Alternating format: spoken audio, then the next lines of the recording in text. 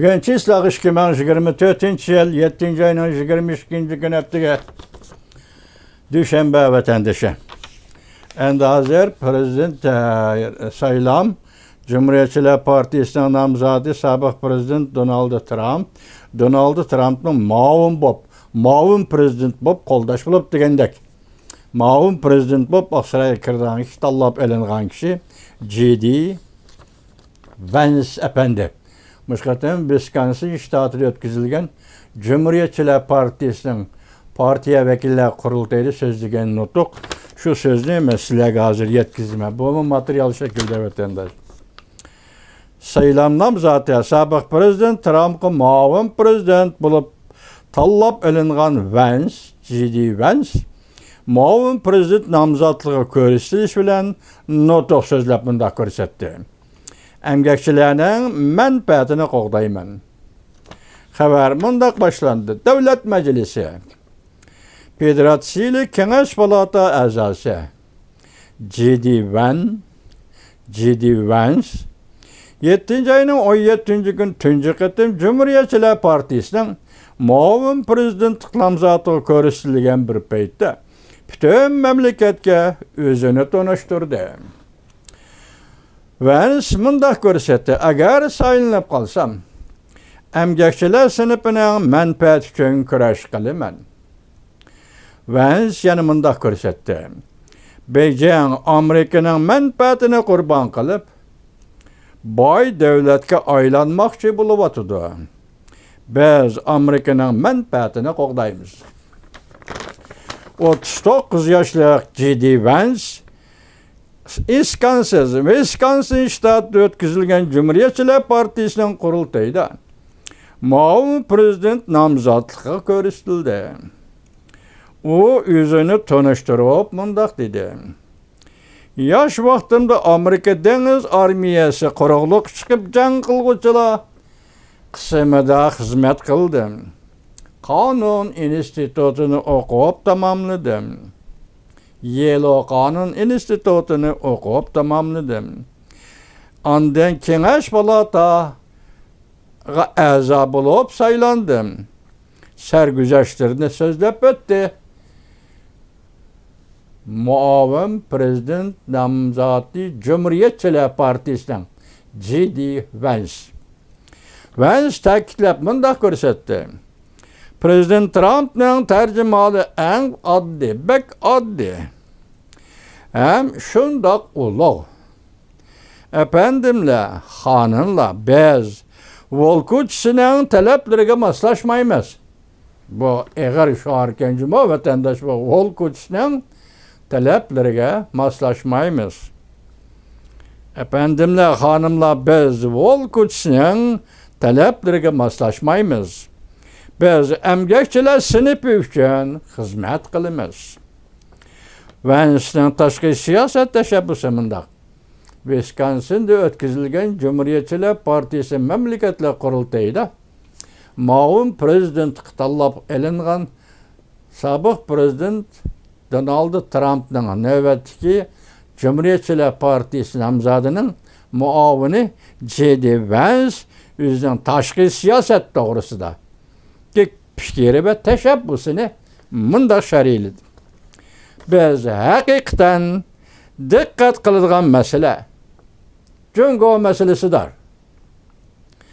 Vance tüncü qitim Fox News Amerika televizyon stansiyasının muhbirinin ziyaretini qabul qılğan yuqorqada көрsetdi. Biz hakikaten dikkat kıldıgan mesele Cungo meselesidir. Ziyaretini qabul qılğanda Vance mundaq görsetdi. Cungo Amerika duç kelgen en zor tehdit. Cungo Amerika duç kelgen en zor tehdit. Haftanın 3. günü keşti nutuk sözlügende tığ uçunu Cungo qarattı. Muavin prezident namzatı Vance haftanın 3. günü keşti nutuk sözlügende tığ uçunu Cungo qarattı. Cungo Amerika'nın menfaatini qurban qılıp özünü boy devletke aylandırmakta bulup atıdı. Yok arka cümle. Muavin prezident Cumhuriyetçiler Partisi namzatı Vance Amerika'nın Ukrayna'ya yardım berişiga qarshi turdi. Ukraynaga yardım berişiga qarshi turdi.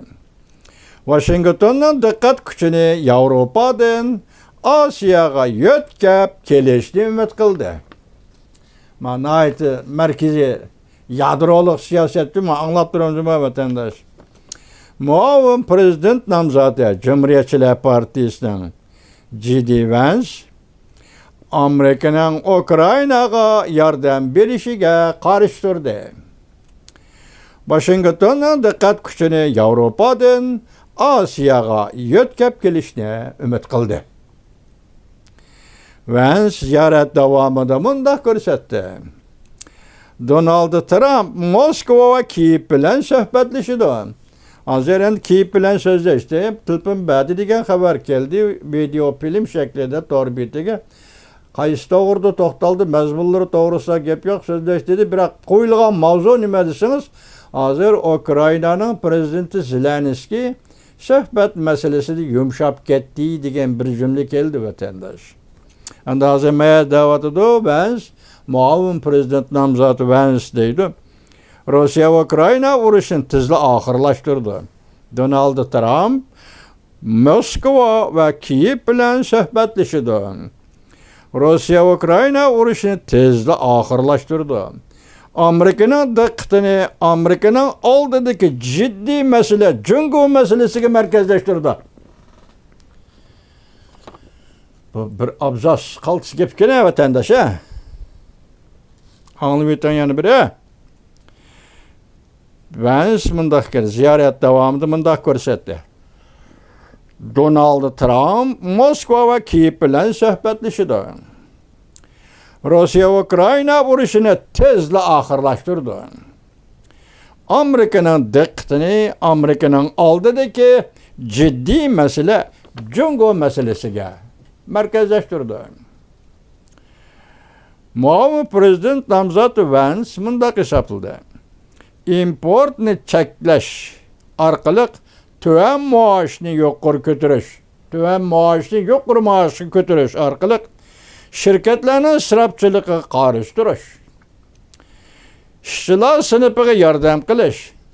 Bu qaraganda Cumhuriyetçiler Partisining an'anaviy savdo tijoratga e'tibor berish maydoni bilan birdek bo'lmasa-mu, masalan, ishchilarning ahvoliga diqqat qilish degan so'z birdek bo'lmasa-mu, biroq Donald Trumpning siyosat kun tartibiga zich munosabatlik.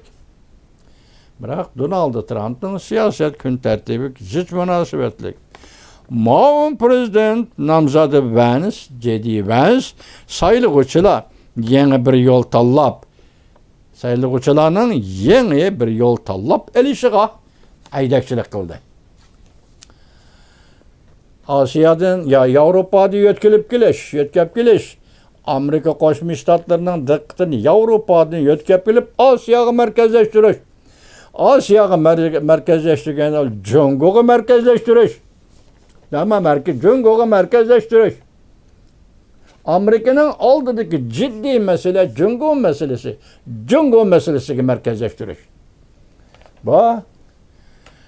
Bu kadar Wisconsin ştatida o'tkazilgan Amerika Qo'shma Shtatlari Cumhuriyetçiler Partisining yillik saylam davridagi mamlakatlar qurultayida muavin prezident nomzodi bo'lib ko'rsatilgan J.D. Vance'ning so'zlagan nutqi va shuning yadroliq markaziy qismlari vatandosh. Biz boshda aytdik.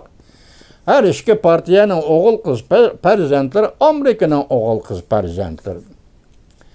Şuna bir yerde siyasette metod da usul çağırdı fark bo'lishi mumkin. Biroq Amerika'nın siyosati Jungo qaratgan siyosati nima? Mushu masalani ching ushlab, shuni ching tutsak bo'ladi deganimizda hozir Vance'ning so'zi Yevropadan qaytib kelish, hozir Amerika'nın oldidagi ciddi mesele Jungoga qandaq taqabul turish yoki Amerikaning diqqatini Amerikaning oldidagi ciddi masala Jungo masalasiga yo'tkab kelish.